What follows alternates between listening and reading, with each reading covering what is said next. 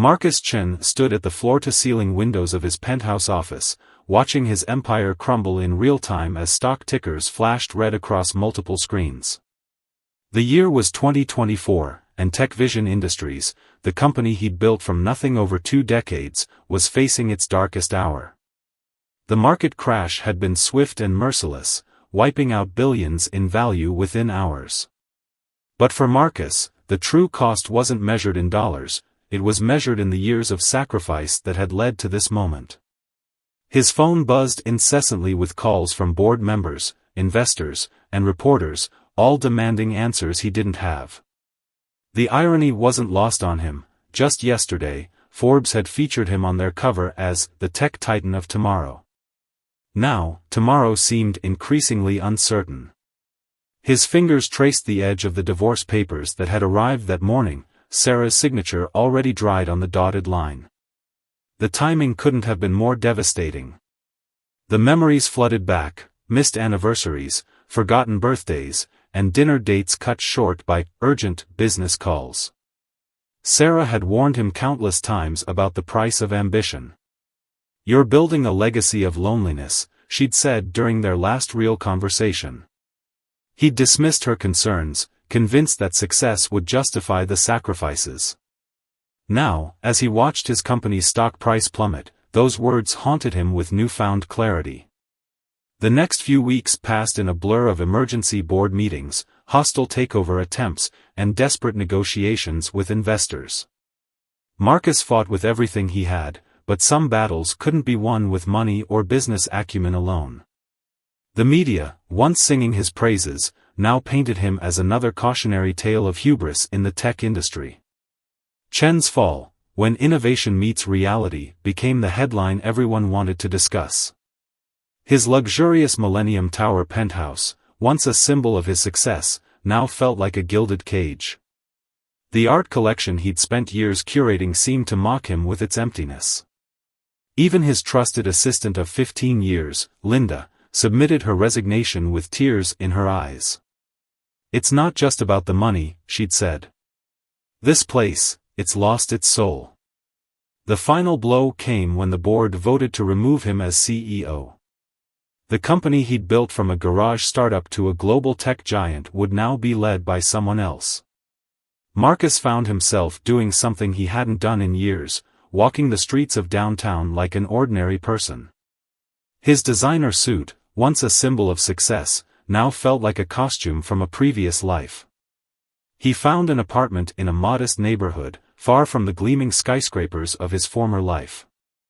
The real estate agent didn't recognize his name, and somehow, that felt like a relief. The one-bedroom unit was smaller than his former home's walk-in closet, but it came with something his penthouse never had: silence. No phones ringing, no urgent emails, no crisis meetings. Just silence and the weight of his thoughts. The community was different here. His neighbors didn't care about stock prices or market valuations. Mrs. Rodriguez from next door brought him homemade empanadas, concerned that he looked too skinny.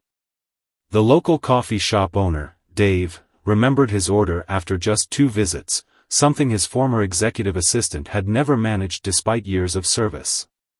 One morning, while sorting through boxes of his old life, Marcus found a photo album he'd forgotten existed.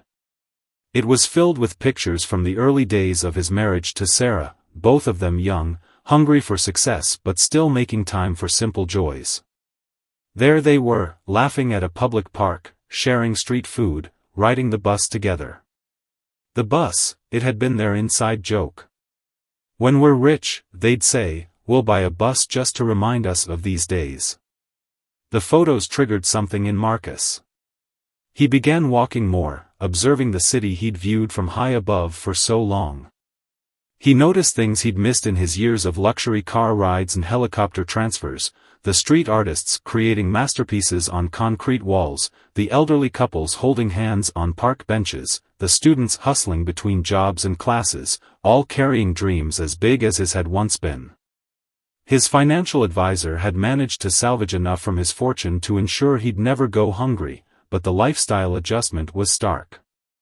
He learned to cook, burning several meals before mastering even basic recipes, did his own laundry, turning some white shirts permanently pink, and started using public transportation, getting lost more times than he'd care to admit. The media eventually lost interest in his downfall, finding newer stories to chase.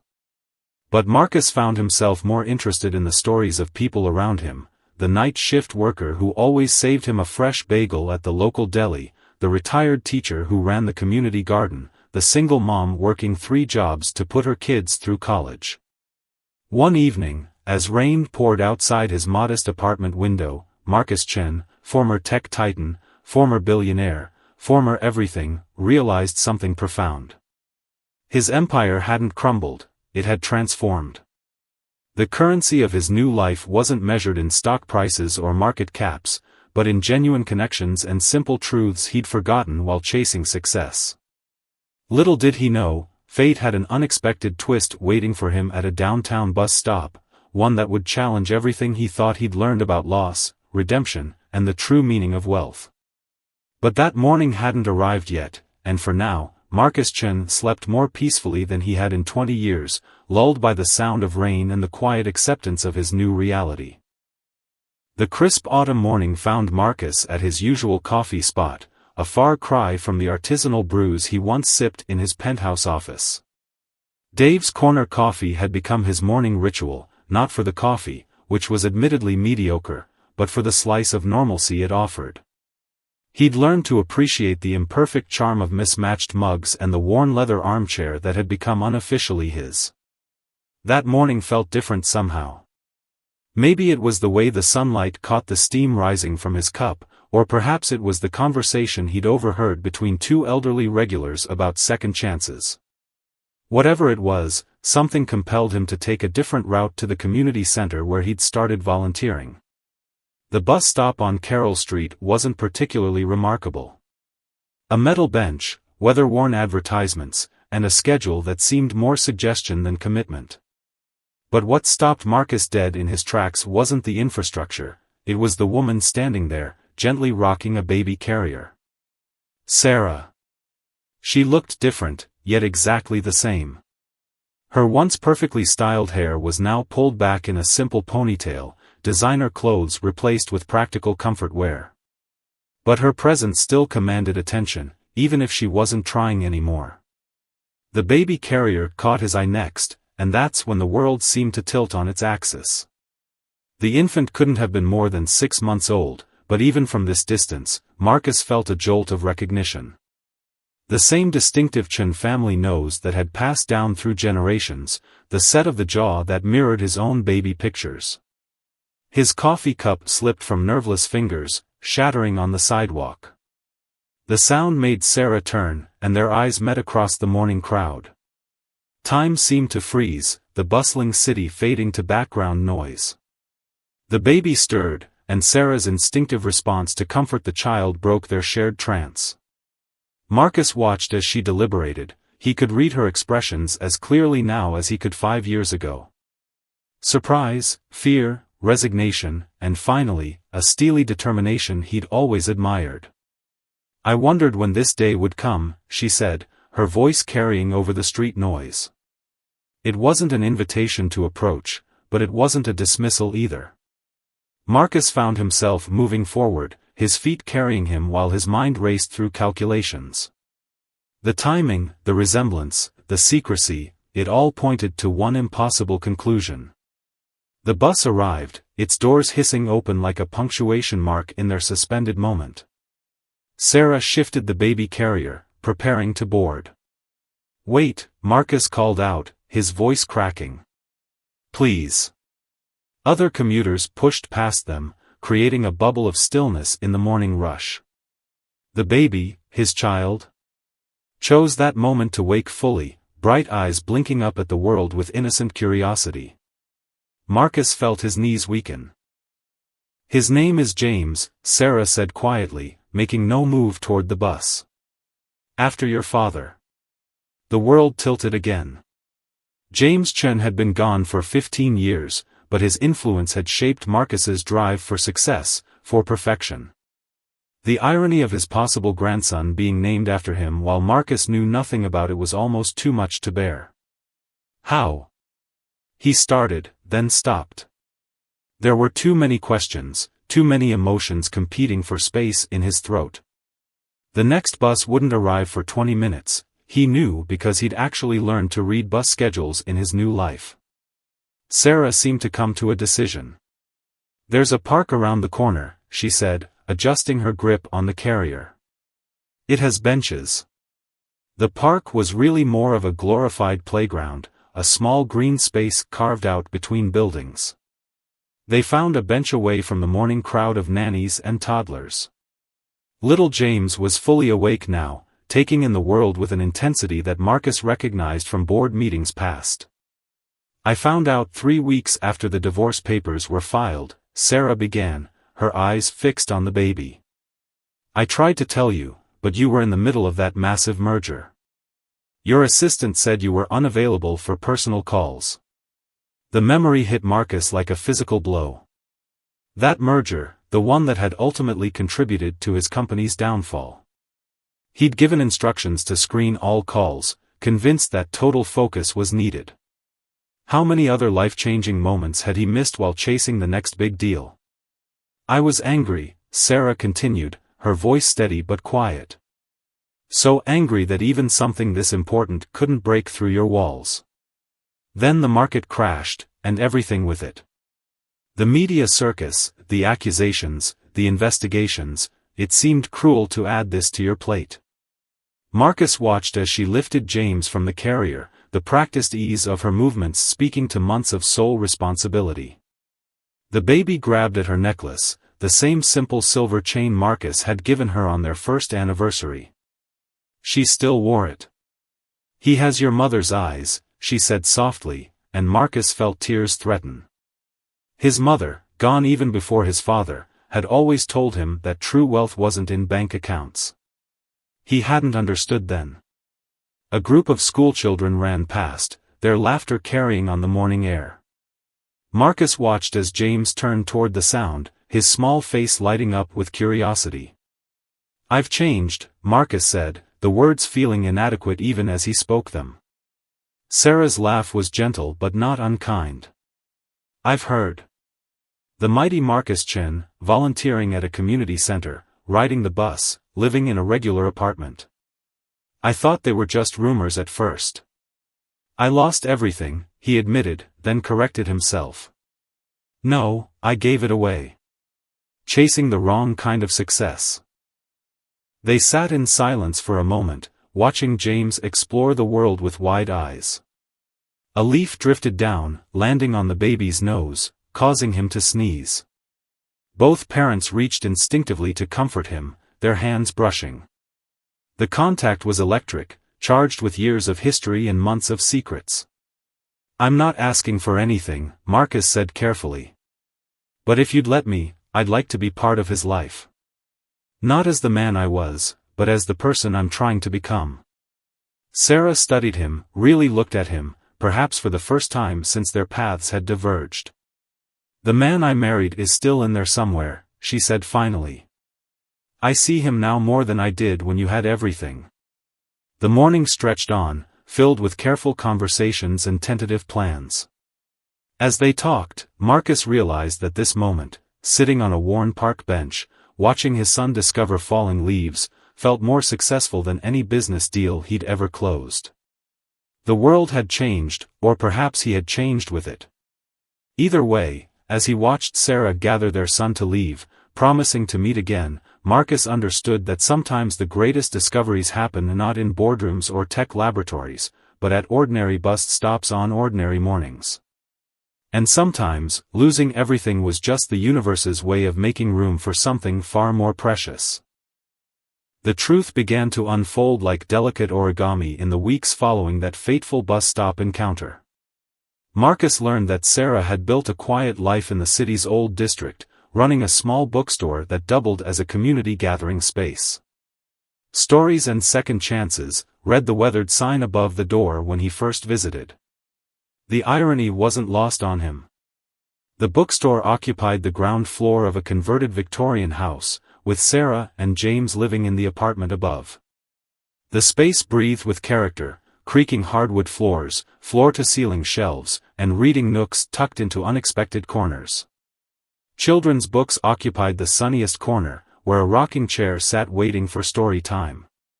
It was here, surrounded by the musty perfume of old books and the gentle whir of a vintage ceiling fan, that Sarah finally shared the full story. She'd discovered her pregnancy just as TechVision's stock had begun its devastating plunge. The media circus was intensifying, with reporters camping outside their former home, digging through their past for any scandal they could unearth.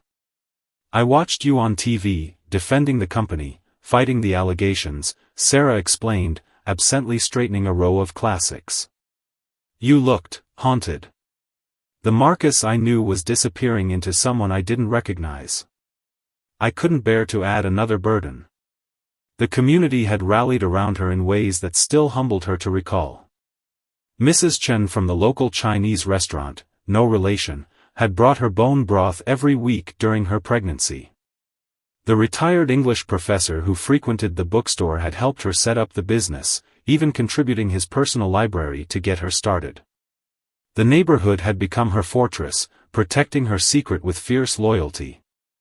"They knew who you were, who I was," Sarah continued. "But they saw me as just Sarah, not Mrs. Chen, the billionaire's wife. When James was born, they brought meals, took turns minding the store. They gave me something money never could, genuine connection." Marcus listened, each word a sharp reminder of what his pursuit of success had cost him. The regular customers who drifted in and out during their conversation nodded politely, some throwing curious glances his way. A young girl approached Sarah with a book about dragons, and he watched in wonder as his ex-wife transformed, engaging the child in an animated discussion about favorite characters. The store's regulars, he learned, had become extended family. There was Tom, the retired firefighter who fixed anything that broke. Maria, the art student who painted the whimsical murals in the children's section. Even the local barista, Kit, who knew exactly when to appear with Sarah's afternoon tea. As days turned to weeks, Marcus found himself drawn to the store more frequently.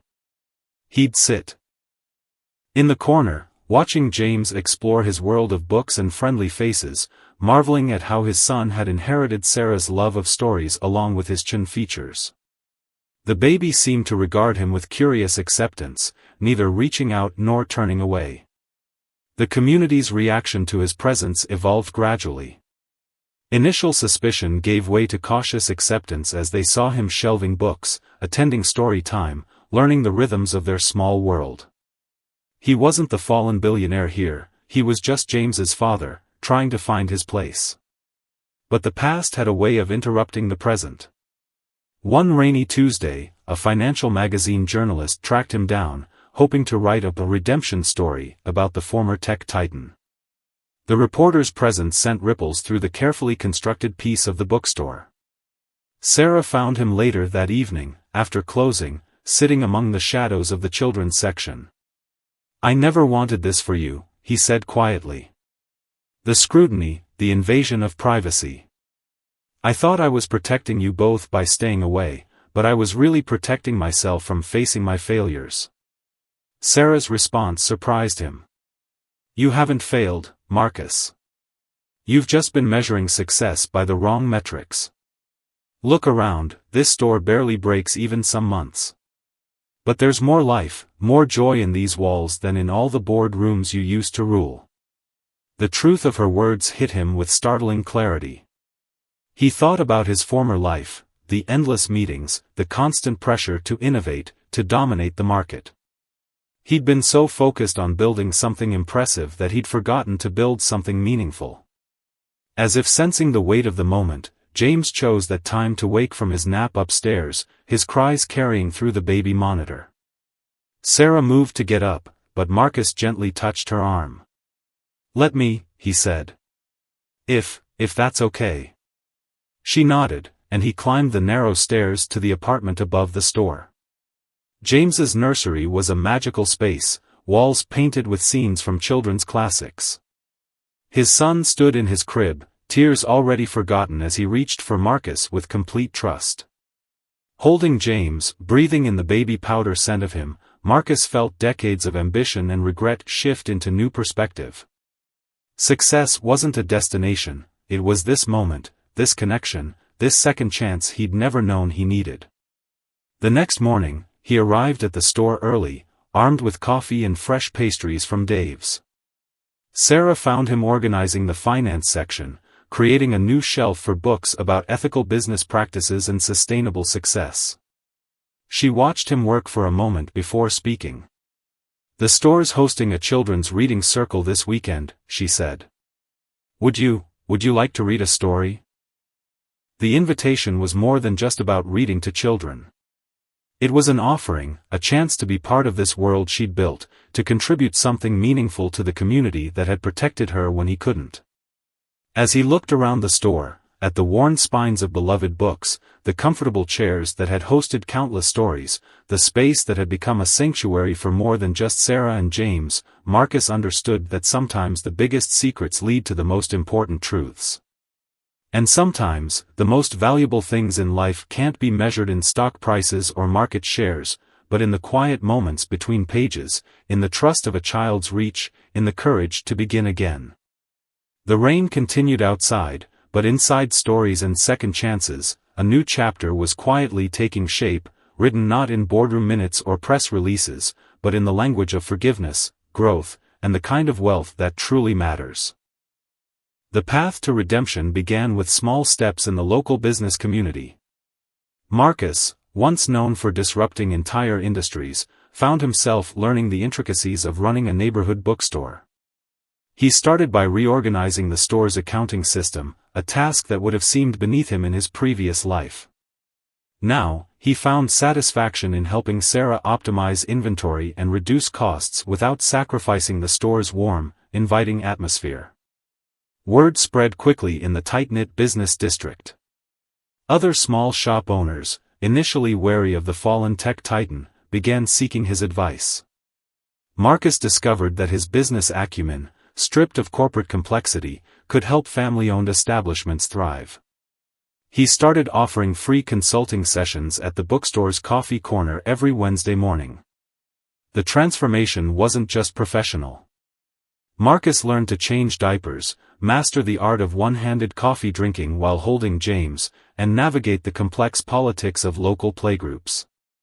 Each small victory, James's first laugh at his silly faces, successfully installing a car seat, remembering the names of all the story time regulars, felt more significant than any merger he'd ever orchestrated. Sarah watched his evolution with cautious optimism. She noticed how he'd started dressing differently, gone were the bespoke suits, replaced by comfortable jeans and soft sweaters that James could safely drool on. His phone, once perpetually glued to his ear, now spent more time capturing photos of their son's milestones. One rainy afternoon, as they closed the store together, Sarah found Marcus sitting in the children's corner, James asleep on his chest, surrounded by scattered business plans. "What's all this?" she asked, picking up a paper covered in his familiar precise handwriting. "I've been thinking," he said softly, careful not to wake James.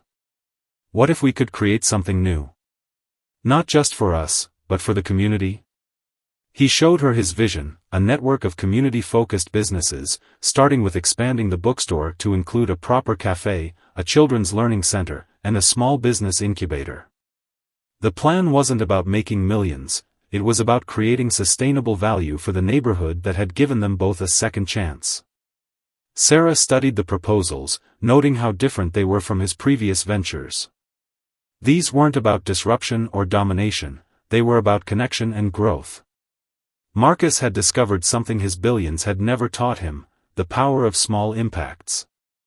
He saw it in the face of young entrepreneurs who left their Wednesday consultations with renewed hope, in the elderly couples who found community in the store's reading groups, in the children who were growing up surrounded by books and possibility. The local bank manager, who'd known Sarah since she opened the store, agreed to provide initial funding for their expansion plans. The terms were nothing like the massive deals Marcus used to negotiate, but they felt more meaningful. This wasn't about pleasing shareholders, it was about building something real. As plans progressed, Marcus found himself spending more time at the store. He and Sarah developed a comfortable routine, co-parenting James while growing their shared vision. The old spark between them began to resurface, but it was different now, deeper, more grounded in reality than romance. One evening, as they worked late finalizing renovation plans, Sarah caught Marcus staring at an old photo of them from their early dating days. "We were so young," she mused. "So sure we knew everything." "I knew nothing," Marcus replied, his voice thick with emotion. "I thought I could buy happiness, security, love. I had to lose everything to understand what really matters." The community rallied around their expansion plans in unexpected ways. Local contractors offered discounted services, artists volunteered to paint murals, and retired teachers proposed running workshops in the new learning center. The project became a symbol of neighborhood revival, with stories and second chances at its heart. James took his first steps in the store, wobbling between bookshelves as both parents watched in wonder. The moment crystallized everything for Marcus. Success wasn't about the destination but about being present for these precious moments. The transformation of the store mirrored Marcus's own evolution. Each renovated room, each new program launched, represented another step away from his old life and toward something more authentic.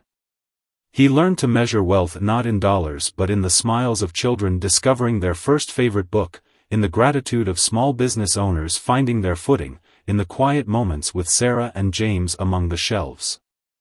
Their business model became a case study in sustainable community development, attracting attention from urban planners and social entrepreneurs. But unlike his tech days, Marcus wasn't interested in scaling rapidly or attracting investors. This was about doing one thing well, about building something that would last.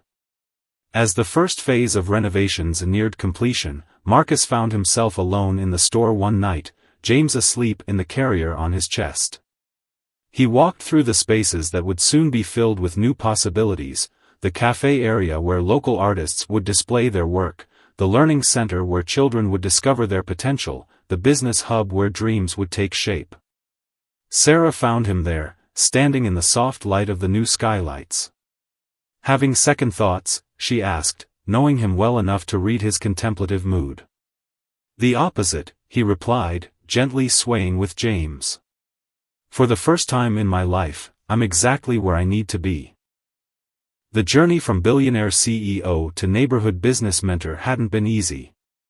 He'd had to unlearn as much as he'd learned, to find value in different kinds of currency, trust, community, presence. But watching his son grow, helping local businesses thrive, and rebuilding his relationship with Sarah had taught him that true redemption wasn't about reclaiming what was lost, but about discovering what had been missing all along. The next morning, as he prepared for another Wednesday consulting session, Marcus caught his reflection in the store window. The man looking back at him wasn't the polished tech titan from magazine covers, but he was more authentic, more complete. In losing his empire, he'd found his true path to redemption, not in grand gestures or billion-dollar deals, but in the daily work of building something meaningful, one story at a time. The concept of a second chance began to take on new meaning as the renovated Stories and Second Chances celebrated its grand reopening. The expanded space hummed with energy, the cafe filled with the aroma of locally roasted coffee, the learning center echoing with children's laughter, and the business hub buzzing with entrepreneurs sharing ideas. Sarah and Marcus had carefully navigated their rekindling relationship, both conscious of the weight of their history. Their shared focus on James and the business provided a foundation for rebuilding trust.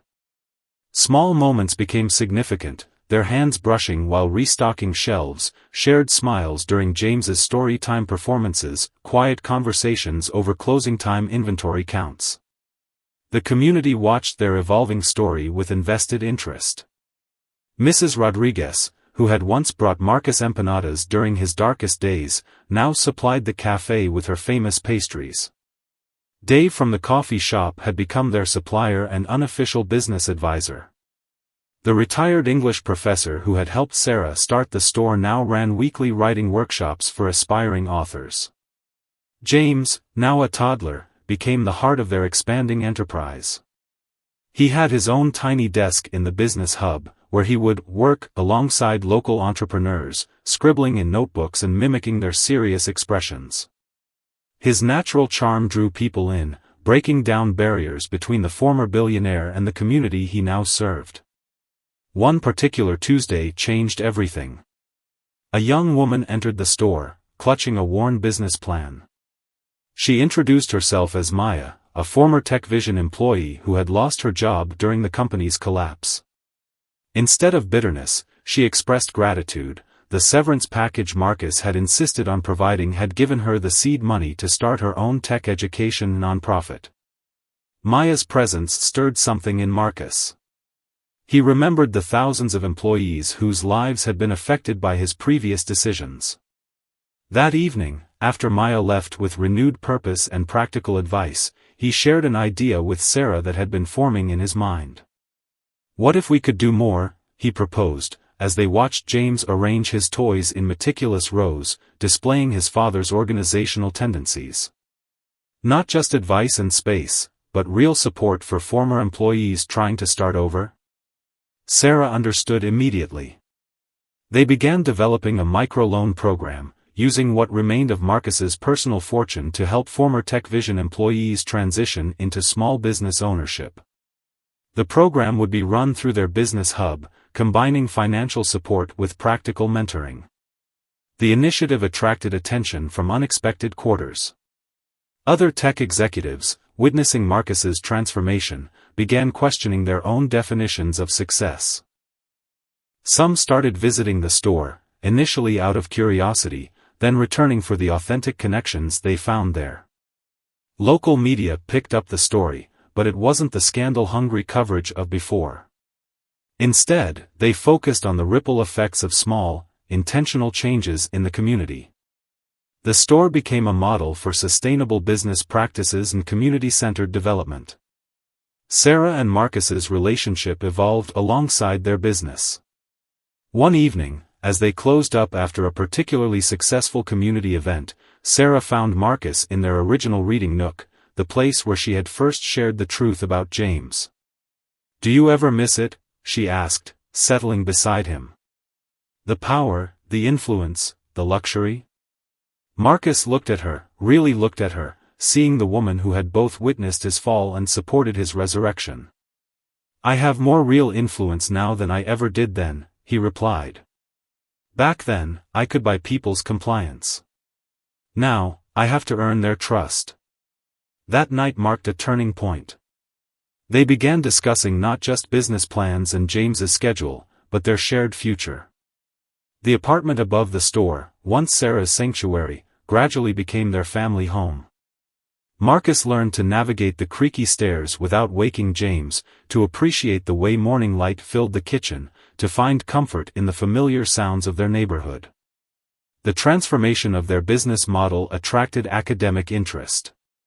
Universities requested case studies, social impact investors sought their advice, and community development organizations asked for consultations.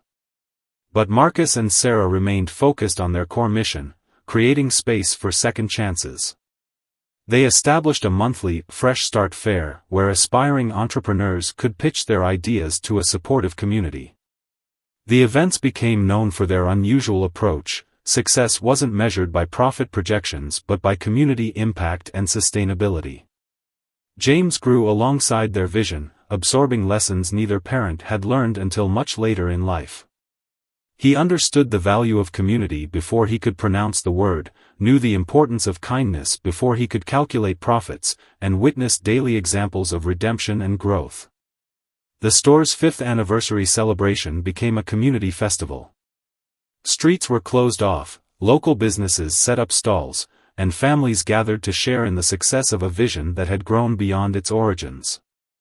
As Marcus watched Sarah reading to a group of children, James helping by turning pages and adding sound effects, he realized that true wealth couldn't be measured in quarterly reports.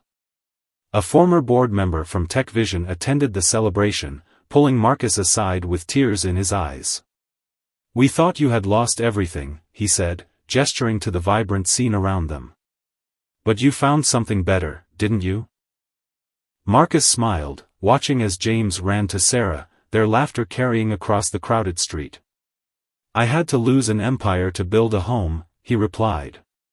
"Some might call that failure. I call it the best investment I've ever made." The path to their second chance hadn't been straight or simple.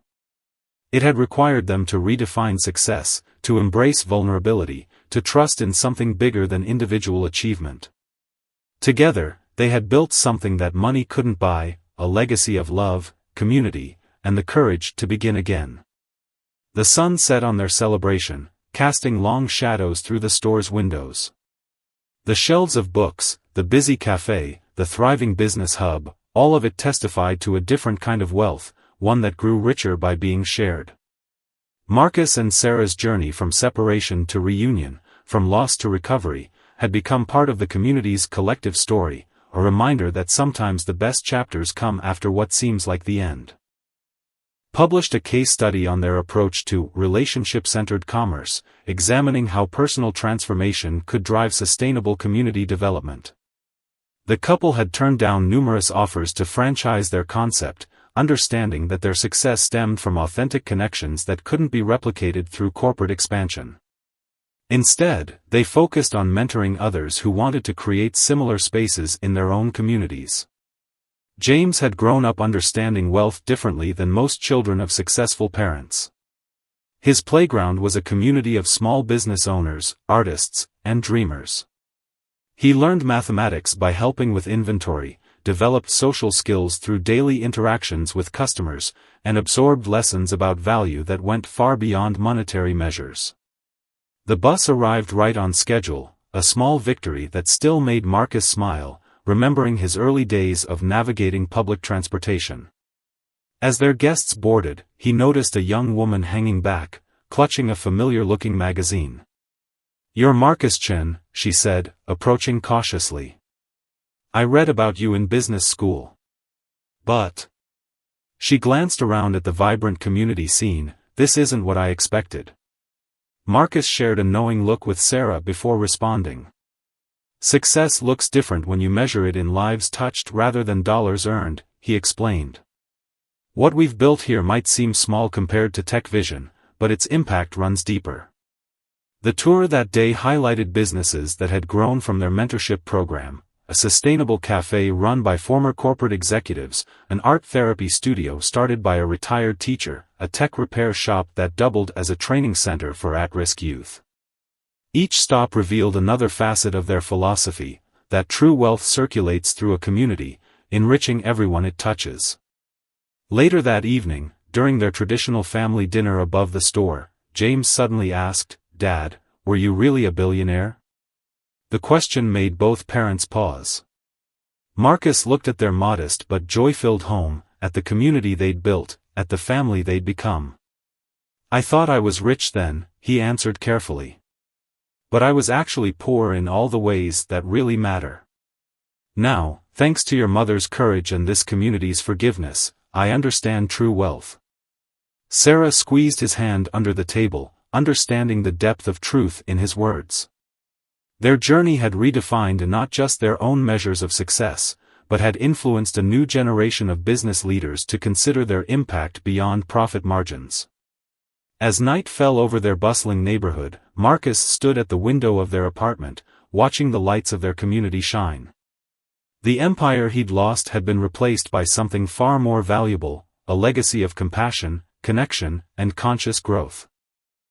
The bus stop where their story had restarted was visible from their window, now adorned with a small community library box, another of James's projects. It served as a daily reminder that sometimes the most significant transformations begin with a simple moment of recognition, and that true wealth isn't found in what we acquire, but in what we give back. Their story, which had begun with loss and secrets, had evolved into a testament to the power of second chances and the true meaning of success.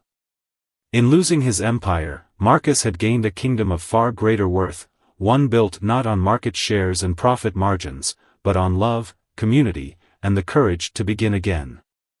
As James drifted off to sleep that night, surrounded by books and dreams, Marcus and Sarah sat in their favorite reading nook, planning the next chapter of their shared vision.